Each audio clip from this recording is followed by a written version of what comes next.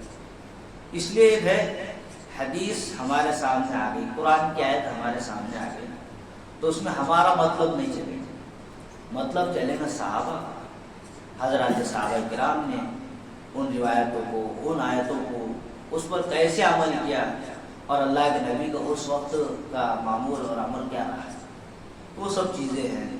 اس لیے اس آیت کے اندر بتایا جا رہا بالکل صاف اور واضح ہے. یہ آیت دودھ کی جیسی بالکل سفید ہے. فاسألوا, پوچھو اہل ذکر سے, اہل علم سے, اگر تم جانتے ہیں. ایک بات یہ بتائے, اس کے آگے بتایا جا رہا ہے لو کان فیہما آلہۃ الا اللہ لفسدتا. اس زمین آسمان میں اگر دو خدا رہتے تو کیا رہتا ہے؟ دنیا کا نظام دھرم برم ہو جاتا ہے. کسی بادشاہ کے دو, کسی ملک کے دو وزیر نہیں رہ سکتے, دو بادشاہ نہیں بن سکتے, کسی بھی انجمن کے دو صدر نہیں بن سکتے. اتنی بڑی کائنات ہے جس کے پھر دو خدا کیسے ہو سکتے ہیں, دو رب کیسے ہو سکتے ہیں؟ ان کے لیے اس کا رد فرمایا کہ اللہ تبارک و تعالیٰ ہی کی ذات. اس کے بعد میں بتایا کل نفس ذائقۃ الموت, وعدہ موت, ہر انسان کو موت سے ڈرایا گیا ہے. انسان موت سے ڈرتا ہے. کسی جاندار نے اس فانی دنیا میں باقی نہیں رہے. آپ دیکھ رہے ہوں کہ جانور بھی مرتے ہیں, سمندر کی مچھلیاں بھی مرتی ہیں, بلوں کے اندر رہنے والے بھی جانور مرتے ہیں, انسان بھی مرتے ہیں. تو ہر انسان کو موت بھی ایک نعمت ہے. یہ ایسا نہیں کہ آدمی کو خالی آگے پریشان ہو رہے, بلکہ یہ بھی ایک نعمت ہے, کیونکہ سلسلہ تو چلتا رہا. جتنے مر رہے اتنی دنیا میں پیدا بھی ہو رہے. اگر مرنے والے بند ہو جائے, پیدا ہونے والے ہوتے رہے, تو پھر گھر میں رہنے کو جگہ بھی نہیں ملے گی. یہ اللہ کا نظام ہے جو اللہ نے چلایا ہے. اس لیے مشرکین مکہ کہتے تھے کہ ہم محمد صلی اللہ علیہ وسلم کی موت کی منتظر, نعوذ باللہ من ذالک, اللہ کے نبی کے مرنے کی تمنا کرتے تھے. تو ان کی مراد یہ تھی کہ جب یہ موت آئے گی نا محمد صلی اللہ علیہ وسلم پر, ہم خوشیاں منائیں گے, خوب ناچیں گے, خوب گائیں گے. ان کو کہا گیا, انہیں ڈرایا گیا کہ موت تو سب پر آنی ہے. نبی کیا, نبی سے پہلے بھی تو نبی آئے, وہ بھی دنیا سے رخصت ہو گئے, تمہارے باپ دادا بھی دنیا سے رخصت ہو گئے, تم بھی دنیا سے چلے جاؤ گے. تو سب کو دنیا میں ہمیشہ کے لیے نہیں رہنا ہے, بلکہ انسان چلا جاتا ہے. اس لیے اللہ تعالیٰ کسی پر اچھی حالت آتی ہے, کسی پر بری حالت آتی ہے, بری حالت کو مبتلا کر کے انسان کا آزماتے ہیں, آزمائش ہے. تو یہ بتایا جا رہا ہے. دوسری بات اللہ تعالیٰ نے بتائی کہ جس کے عمل کے اندر وزن ہوگا وہی عمل قابل قبول ہوگا. وَنَضَعُ الْمَوَازِينَ الْقِسْطَ يَوْمَ الْقِيَامَةِ فَلَا تُظْلَمُ نَفْسٌ شَيْئًا. قیامت کے دن انصاف کا دن. ہر عمل باریک باریک بھی انسان نے جیسا کیا ہوگا, جس جگہ میں کیا ہوگا, چھوٹا رہا تو بڑا ہوگا, اس کو چیک کیا جائے گا ترازو میں. ترازو میں ڈالیں گے تو خالی وزن نہیں دیکھیں گے اپنے جیسا. وزن سے ہو سکتا ہے کہ دوسرا پلڑا اوپر ہو جائے. سب دیکھا جائے گا کیسا عمل کرا تھا, اخلاص سے کرا تھا کہ نہیں کرا تھا, کس کے لیے کرا تھا. وہ عمل پھر اس کا ردی میں آئے گا یا کارآمد ثابت ہوگا. واللہ اعلم. اس کے بعد اللہ تعالیٰ نے حضرت ابراہیم علیہ السلام اور ان کی اعلیٰ قابلیت کی بنیاد پر رشد ہدایت کا عطا فرمایا. حضرت ابراہیم کی قوم کیا تھی؟ بت پرست, مورتیوں کی پوجا کرتے تھے. ان کے والد جو تھے وہ بھی مورتیاں بناتے تھے. اور قوم ایک دن ایسا میلہ چلا جیسے عید الفطر آئیں گے, اب تو ایسی عید کا دن آتا تھا ان کے یہاں پر. وہ پورے ایک گراؤنڈ میں جا کر کے جمع ہوتے تھے. تو اس عرصہ میں حضرت ابراہیم کو بولے چلو تو ہمارے ساتھ میں. حضرت ابراہیم نے کہا انا سقیم میں بیمار ہوں, تم جاؤ اور میں گھر کو رہتا. اب یہ چلے گئے سب. حضرت ابراہیم علیہ السلام بھوت کھانے میں آ گئے جہاں پر بھوت بنے آئے اور پورے بتوں کو توڑ ڈالے کلاڑی سے, اور کلاڑی کو لیے بڑے بت کی گلے میں لٹکے. قوم آئی بات میں, قوم کیا کرتی تھی جب وہ عید سے آتے تھے میدان سے تو بت خانوں میں آ کر کے تھوڑا سا تعظیم وغیرہ کر لیا کرتے. دیکھے تو پورے بت ٹوٹے پڑے. اس نے کرا ہمارے معمولی کے ساتھ میں کام, اس نے توڑا اس کو. لوگوں نے کہا پتا نہیں کون توڑا. کسی نے کہا ایک نوجوان تھا گاؤں کے اندر, شاید ہو سکتا اس نے یہ کام کیا جس کے ابراہیم کہا جاتا ہے. حضرت ابراہیم کو بلائے, تم نے کر یہ کام. حضرت ابراہیم نے کہا میں نے تھوڑی کرا.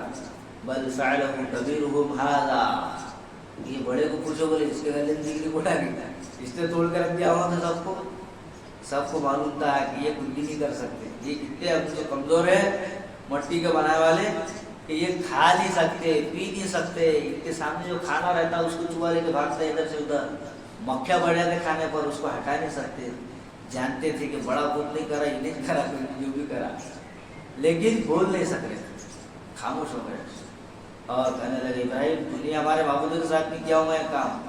حضرت ابراہیم نے فرمایا کہ تم بڑے کو پوچھو، تمہارے یہ بتا سکتا کس نے توڑا، ان کو توڑ کے گئے ہیں، ان کو معلوم تھا کہ یہ تو مٹی کے کچھ نہیں کر سکتے، تو یہ حرکت تھی اس لیے تاکہ ان کو سمجھائے اللہ تبارک و تعالیٰ کی ذات کیسی ہے اور جن کی عبادت کر رہے ہیں یہ کیا ہے، اس کا تذکرہ یہاں پر ہوا۔ اس کے بعد اللہ تعالیٰ نے حضرت داؤد علیہ السلام اور حضرت سلیمان علیہ السلام کی رائے کے اندر اختلاف ہوا، اس کا تذکرہ۔ دونوں باپ بیٹے نبی ہے، سلیمان بھی نبی اور حضرت داؤد بھی۔ ایک آدمی کے بکریاں دوسرے کھیت میں چلے گئی تھیلی سب، جیسے اپنے آپ پر بکرا رہتے بڑھ رہے دوسرے کھیت میں جا کے چل دی انہوں نے، اب چہرے تو وہ مسئلہ ہے کیسا کرنا چاہیے۔ حضرت داؤد نے فرمایا کہ کھیت کی قیمت کا اندازہ لگاؤ اور کتنی قیمت بنتی ہے وہ دو، معلوم ہوا کہ بکری کو برابر قیمت بنتی ہے، آپ نے فرمایا کہ اس کی بکریاں کھیت والے کو دے دو۔ حضرت سلیمان نے فرمایا دیکھو رائے کا اختلاف ہو سکتا ہے، جس کی بکریاں ہیں وہ اس کے کھیت میں کام کرتا۔ اب کوئی عقل مند بولے گا داؤد علیہ السلام نے یہ بولے اس لیے اس کو لے کے بیٹھے تو دینے لگے، نہیں، دونوں کی بات صحیح۔ ایسے کئی مسائل ہیں جس میں صحابہ کرام کی دونوں طرف کی رائے ہیں، وہ اہل علم نے جس رائے کو مضبوط سمجھے انہوں نے اس کو، یہاں پر قرآن میں دونوں رائے آئی ہیں، ایک رائے کو غلط نہیں کہا گیا اور ایک رائے کو صحیح نہیں کہا گیا، دونوں رائے کو احترام کیا۔ باپ کا فیصلہ تھا، ابھی بیٹے نے کہا جس کی بکریاں ہے وہ اس کے کھیت میں کام کرے اس کے پاس، کھیت والا بکریاں لے کر چرائے اور بکری کو دودھ پیے، جس وقت بکری نے کھیت کھایا تھا جب دوبارہ اتنا ہو جائے تو بکری والے کو دے دو اور کھیت والا اپنا کھیت سنبھالے۔ اگر وہ کھاتے وقت اس کا جھاڑ ایک ہاتھ کا ہوگا تو جب تک وہ جھاڑ ایک ہاتھ کو آتا نہیں جب تک یہ بکرے رہیں گے وہاں پر، یہ فیصلہ تھا دونوں کا۔ تو یہ اجتہادی مسئلہ ہے، یہ نص کے اعتبار سے نہیں ہوا بلکہ اجتہادی تھا، اللہ نے کسی بھی نبی کی تردید نہیں فرمائی، نہیں اسماعیل علیہ السلام کی نہ سلیمان کی تردید فرمائی، نہ حضرت داؤد علیہ السلام کی تردید فرمائی۔ اول سلیمان کی اس مسئلے میں بنسبت حضرت داؤد کی زیادہ سمجھ تھی، ہو سکتا ہے افہام تفہیم آدمی اسی سے آگے بڑھ جائے۔ افہام تفہیم کے معاملے میں سمجھانے میں بہت ساری مرتبہ ہم دیکھتے ہیں کہ ہر آدمی کو بولنا نہیں آتا، ہر آدمی کو سمجھانے کی صلاحیت نہیں رہتی، اور ان سے بھی زیادہ قابل لوگ رہتے جو ان کے سامنے بیٹھے ہوئے رہتے ہیں، لیکن ان کی قابلیت ہے، وہ ایک مقام رکھتے ہیں، ایک درجہ رکھتے ہیں، لیکن سمجھا نہیں سکتے۔ تو ہر صلاحیت اللہ تعالیٰ نے انسان کے اندر الگ الگ رکھی ہے، تو اللہ تعالیٰ نے یہ صلاحیت ان کو زیادہ دی تھی۔ اب دونوں انبیاء علیہ السلام کے درمیان میں اختلاف ہوا، وہاں امتوں کی اجتہاد میں بھی اختلاف ہو سکتا ہے، جیسے کہ صحابہ کے دور کے اندر معاملہ پیش آئے، اسی طریقے سے حضرات محدثین ہیں، حضرات مفسرین ہیں، حضرات فقہاء کرام ہیں، ان کے درمیان میں بھی ایسے اختلافات والے معاملے پیش آئے، لیکن اس میں ہر انسان کو دوسرے کی رائے کا احترام کرنا ہے۔ اختلاف اگر ہم کس سے کر رہے ہیں تو اختلاف کے لیے ہمارے پاس میں اس درجے کے علم بھی ہونا چاہیے، خالی کسی پر کمنٹ کر لینے سے کام نہیں چلے، اپنے پاس بھی اتنا علم ہو کہ وہ علم جو ہے ہم نے خود بنفس نفیس پڑھا ہو اور اس میں ہم فرق کر سکتے ہو، سمجھ سکتے ہو، ایسا جامع اور مانع علم ہو تب آدمی اختلاف ہو سکتا ہے۔ تو اختلاف کوئی اختلاف رائے ہو سکتا ہے لیکن ذاتی اختلاف نہیں رکھا جاتا۔ اب کوئی آدمی کسی بھی مسئلے کو نہیں مان رہا تو اس سے اب نفرت کر رہے تو یہ صحیح نہیں ہے، بلکہ اختلاف رائے کا ہوگا۔ اور اختلاف کے باوجود بھی ہم دیکھتے ہیں بڑے بڑے محدثین تھے، ایک ساتھ میں بیٹھتے تھے، گھنٹوں اختلاف ہوتا تھا مسائل کے اندر، لیکن جب اڑ جاتے تو ایسے مل کے رہتے تھے جیسے کہ بہت پکے دوست تھے۔ یہ ہمارے محدثین کا مفسرین کا ایک انداز ہے، تو وہی انداز ہمارے اندر بھی ہونا چاہیے کہ ہم کسی سے کوئی اختلاف نہ کریں۔ ہر آدمی کی اپنی اپنی رائے ہے اور ہر رائے کا انسان کو احترام کرنا چاہیے، کسی کی رائے کو نیچے نہیں بتانا، کسی کی رائے کو اونچا نہیں بتانا، جس کا دل جس طرف مطمئن ہے وہ اس طرف کر رہا ہے تو اس کو اس حالت پر چھوڑ دینا چاہیے۔ اس کے بعد میں اللہ تعالیٰ نے حضرت ایوب علیہ السلام کا واقعہ نقل فرمایا۔ بڑی جامع بات ہے حضرت ایوب علیہ السلام، اللہ کی طرف سے آزمائش ہے۔ حضرت ایوب سال سامان، گھر بار آل اولاد سب ختم ہو گیا، خود بیماری میں مبتلا ہو گیا، بیماری پر آ گئی، کون سی بیماری کے بندہ آ گئی۔ آپ کی اہلیہ نیک خاتون تھی حضرت ایوب کی، وہ آپ کی خدمت کرتی تھی۔ پھر وقت آیا آزمائش ختم ہو، اللہ تعالیٰ نے دوبارہ سب کچھ جیسا تھا ویسا تھا۔ کوئی بیماری تھی، وہ بیماری جو بھی ہوں گی اللہ تعالیٰ نے دیا بھی، پھر دوبارہ اللہ تعالیٰ نے اس بیماری کو ختم بھی کر دیا۔ تو یہ دیکھو، اس سے پتہ چلا کہ انسان پر آزمائش آئی، حالات آ گئی، بیماری آ گئی، ہم کو واویلا نہیں کرنا کہ اللہ تعالیٰ ہمارے ساتھ جیسا کر رہا ہے، ایسا نہیں، بلکہ اس پر صبر کرنا۔ جس نے دیا ہے دور بھی وہی کرنے والا ہے، اس لیے اللہ سے دعائیں مانگتے رہے۔ اس کے بعد میں اللہ تعالیٰ نے حضرت یونس علیہ السلام کو قصہ نقل فرمایا۔ وَظَنُّونَ إِذْ ذَهَبَ مُغَاضِبًا فَظَنَّ أَن لَّن نَّقْدِرَ عَلَيْهِ فَنَادَىٰ فِي الظُّلُمَاتِ لَا إِلَٰهَ إِلَّا أَنتَ سُبْحَانَكَ إِنِّي كُنتُ مِنَ الظَّالِمِينَ۔ حضرت یونس کی قوم کیا تھی؟ شرک کرتی تھی، شرک کے اندر تھے۔ حضرت یونس نے ان کو سمجھایا لیکن وہ نہیں مانے، اور آپ نے فرمایا اگر تم باہر نہیں آؤ گے تو 3 دن کے بعد تم پر عذاب آئے گا۔ قوم کو بول دی نبی ہوتے ہیں۔ اب جب 3 دن گزرے، آخری رات آئی، حضرت یونس علیہ السلام بستی سے باہر چلے گئے، قوم پر عذاب آ رہا تھا۔ قوم ان سے گڑ گڑائی، قوم نے بولی بھائی یونس علیہ السلام نے بول دیا تو آپ بھوک کر کے رہیں گے، خود گڑ گڑایا اللہ کے ساتھ، خوب معافیاں مانگی۔ بالآخر اللہ نے ان کی دعا کو قبول فرما دیا۔ یہ قوم ہے جس نے دعا مانگی، گڑ گڑائی۔ باقی قومیں تو عذاب کو دعوت دیتے تھے، چیلنج کرتے تھے۔ حضرت یونس علیہ السلام تو بغیر حکم الہی کے اپنے اشتہار کیا، حضرت یونس کا اپنا اشتہار تھا، وہ بستی میں سے نکل گئے۔ اللہ کو پسند نہیں آیا، اللہ کی طرف سے عذاب نہ آیا۔ جو بڑا ہوتا ہے اللہ تعالیٰ پھر بڑوں کی کیا ہے، چھوٹی چھوٹی غلطی بڑی مانی جاتی ہے۔ نبی تھے وہ، اتنے بڑے آدمی، آپ کشتی پر سوار ہو گئے، حضرت یونس کشتی پر سوار ہو گئے، پھر مچھلی نے نگل لیا، مچھلی کے پیٹ میں چلے گئے۔ چند دن کے بعد مچھلی کے پیٹ میں رہے اور یہ دعا مانگتے رہے، لا الہ الا انت سبحانک انی کنت من الظالمین۔ اللہ نے دعا قبول فرمائی۔ اللہ کے حکم سے مچھلی نے آپ کو باہر کنارے پر رکھ دیا، اللہ کے حکم سے کہا لا الہ الا انت سبحانک انی کنت من الظالمین۔ بڑی جامع یہ آیت ہے کہ اس کو آیت میں ورد کرتے رہے، اللہ تعالیٰ مشکلوں سے اس کو نکالے، پریشانی سے نکالے گا، سچے دل سے، صدق دل سے اس وقت۔ تو یہ نبی حضرت یونس علیہ السلام کا معاملہ تھا۔ لیکن نبی جو ہوتے وہ معصوم ہوتے، ان سے کبھی کوئی گناہ سرزد نہیں ہوتا، اللہ تعالیٰ ان کی حفاظت کر دیتے، ان کو بچا کے رکھتے ہیں۔ باقی لوگوں سے، ہم جیسے لوگوں سے گناہ ہوتے رہتے، نیک اعمال کبھی ہوتے کبھی نہیں ہوتے۔ نبی ہوتی فرماندار ہوتے ہیں، اللہ کے خاص لوگ ہوتے ہیں۔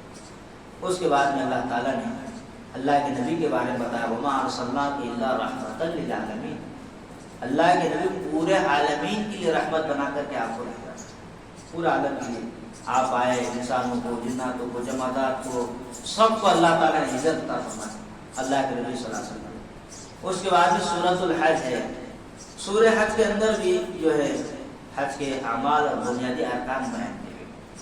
سب سے پہلے بتایا یا ایھا الناس اتقوا ربکم ان زلزلۃ الساعۃ شیء عظیم، قیامت کی ہولناکی، یہ ایسا دن ہوگا جب پوری قیامت آئے گی، ایسا خوفناک منظر ہوگا، ایسا خوفناک ہوگا کہ دودھ پلانی عورتیں اپنے بچوں کو گول بیٹھیں گی، اتنا خطرناک اس کی دہشت ہے۔ اور حمل والی عورتیں اپنے حمل گرا دیں، مارے خوف کے بچے پیدا ہو جائیں گے، یعنی حمل گر جائے گا، لوگوں کی ایسی حالت ہوگی کہ وہ نشے کے حالت میں نظر آ رہے، حالانکہ وہ نشے میں نہیں ہوگی لیکن اس کی ہولناکی ایسے ہو جائیں گے۔ اللہ تعالیٰ عذاب بہت سخت ہوگا اللہ کا، اور اس لیے اللہ تعالیٰ نے اپنے عذاب سے یہاں پر ڈرایا ہے، ڈرانا چاہتا ہے۔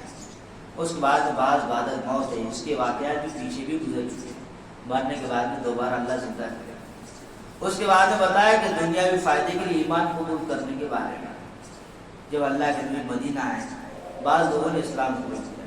وَمِنَ النَّاسِ مَن يَعْبُدُ اللَّهَ عَلَى حَرْفٍ فَإِنْ أَصَابَهُ. لوگوں نے اسلام قبول کیا کائے کے لیے دنیائی فائدہ مل جائے ان کی مراد پوری ہو جائے. اور جب وہاں سے اسلام سے پیٹ پھیر لیا تو کفر پہ اختیار کر لیا. تو اس میں ان کو بتایا گیا ہے لوگوں نے دنیا بھی کھوئی اور آخرت بھی کھوئی. تھوڑی سی دنیا تھی تو ختم ہو گئی, دونوں بھی نقصان کیے. اس لیے ایسا ایمان مت لاؤ بلکہ دم آخر تک ایمان لاؤ کہ ہر چیز چاہے کیسی بھی حالات آ جائے اپنے ایمان پر بنائے. اس کے بعد میں اللہ تعالیٰ نے حاسدین کا غیظ و غضب میں جلنا. حاسد جو ہوتا ہے وہ جلتا رہتا ہے. من کان یظن ان لن ینصرہ اللہ فی الدنیا والآخرہ.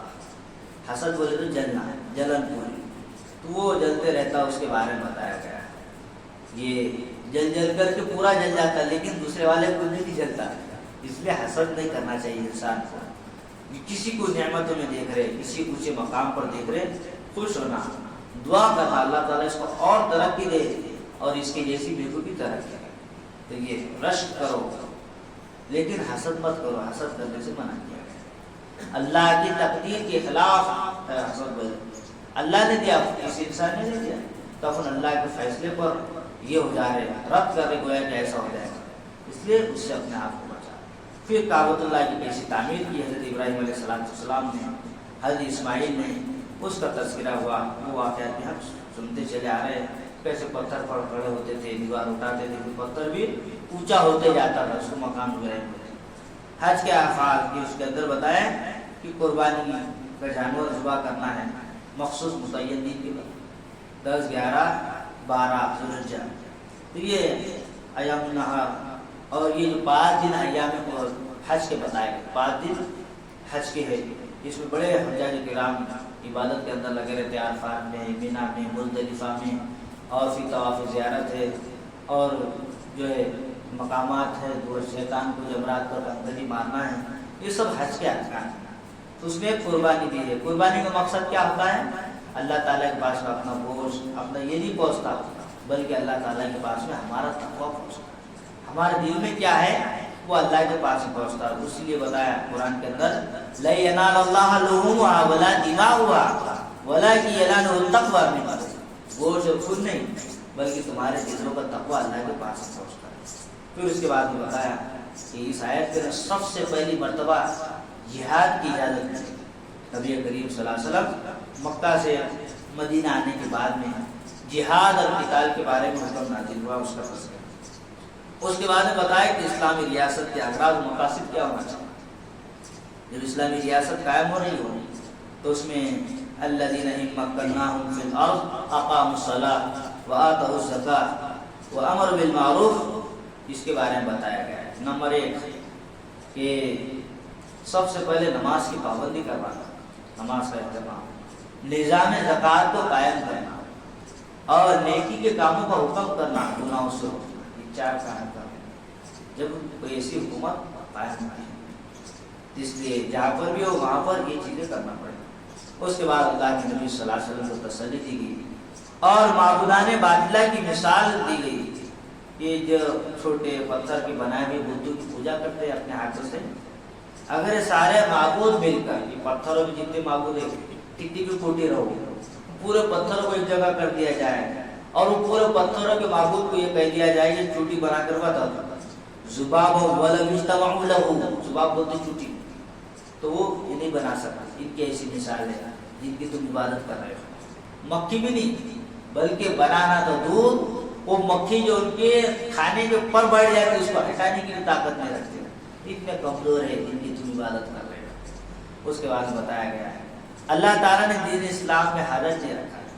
دین میں بہت آسانی ہے لیکن آسانی کا مطلب ہرگز یہ نہیں کہ جب تھوڑی سی سختی آئے وہاں شریعت کا حکم بدل گیا. یہ آسان ہے. انہیں آدمی کو بہت بھاری جا رہا روزہ جاتا ہے, بیچ میں 2 بجے کے بعد تھوڑا سا ایک پانی کا گھٹ پا نہیں, ایسا نہیں. دین تو آسانی ہے لیکن آسان دین ہے بول کے ہر جگہ پر الدین یسر الدین یسر چلا دیں گے, ہم نہیں چلے. جو عمل قرآن میں, حدیث میں, صحابہ نے, نبی نے جس طریقے پر کرنے کو کہا اسی طریقے پر کرنا. ہم اپنے چھوٹے چھوٹے حضور کو لے کر کے بڑھ جائیں گے تو وہ نہیں چلے. اس لیے بتایا کہ اللہ کے حکم کے مطابق یہ چاہے اس عمل کے کرنے میں مشقت آ جائے، مشقت کو آدمی برداشت کر لے، مشقت پر ہی اجر ملتا ہے. جتنی مشقت آتی نا تو اللہ تعالیٰ اس کو ویسے انعام بھی دیتے، ویسے انعامات بھی دیتے. یہ عمل کی خاصیت ہوتی ہے. اس کے بعد میں آخر میں یہ 12 یہاں پر ختم ہو گیا. امت محمدیہ صلی اللہ علیہ وسلم کی فضیلت بیان فرمائی. ہماری تعریف کرے اللہ نے کہ لیکون الرسول شہیدا علیکم وتکونوا شہداء علی الناس فاقیموا الصلاۃ. جب قیامت کے دن آ جائے پوری امت سابقہ انبیاء علیہ الصلوۃ والسلام سب رہیں گے اور سابقہ نبیوں پر اپنی امت پر گواہ دیں گے کہ ہم نے ان تک احکام پہنچاتے کہ نہیں پہنچائے تھے. امت انکار کرنا ہے. قوم داؤد، قوم ابراہیم، قوم یونس، قوم شعیب، قوم لوط، کیا بولے ہم نے ہمارے کو تو پہنچا ہی نہیں پاتے. وہ انکار کرنا. اس وقت اللہ رب العزت والجلال محمد صلی اللہ علیہ وسلم کی امت کی گواہی قبول ملے گی. تم کیا بولتے گے اس کے بارے میں؟ ان کے نبیوں نے ان تک دعوت پہنچائی کہ نہیں پہنچائے بتاؤ. امت محمد کہیں گے ہاں انہوں نے دعوت پہنچائے تھے. تم کو کیسا معلوم ہے؟ ہم نے قرآن میں سنے تھے حضرت یونس کے قوم پر کیسا عذاب آنے والا تھا، کیسے بچ گئے ہو. قوم عاد پر کیسا عذاب آیا، قوم صالح پر کیسا عذاب آیا، بنی اسرائیل پر کیسے عذاب آیا، کیسے نبیوں نے ان کو سمجھایا. ہم کو اللہ آپ نے آپ کی کتابیں بتا دیے تھے اور ہم نے اس کو پڑھے، ہم نے اس کو سنے. ہم گواہی دیتے ہیں کہ ان انبیاء نے اپنی اپنی قوموں کو دین کی دعوت سمجھایا. تو یہ سب سے بڑا اعزاز ہے. اولین سے لے کر آخرین تک لوگ ہوں گے اور گواہی معتبر آدمی قبول کرتے ہیں. جیسا ہم دیکھتے ہیں معاشرے کے اندر کہ کچھ لوگ بڑے سچے ہوتے ہیں، بڑے صحیح رہتے ہیں تو لوگ بولتے ہیں ارے وہ صحیح آدمی ہے، اگر اس نے گواہی دی جائے تو پھر بعد میں آتے ہیں. ایسا ہے. اس لیے فرمایا گیا کہ نماز قائم کرو، زکوٰۃ ادا کرو اور ہر حال میں دین کو مضبوطی سے پکڑنا. ہر حال میں اللہ تعالیٰ پر جو ہے بھروسہ کرنا ہے، انسان کو مکمل بھروسہ کرنا ہے اور دین کو اپنی زندگی میں لانا. اللہ تعالیٰ ہم تمام پوری امت کو دین پر چلنے کو آسانی پیدا فرمائیں اور ہم تمام کو کامل ایمان، کامل یقین عطا فرمائیں اور اللہ کی ذات پر مکمل بھروسہ کرنے کی ہم تمام کو توفیق عطا فرمائیں.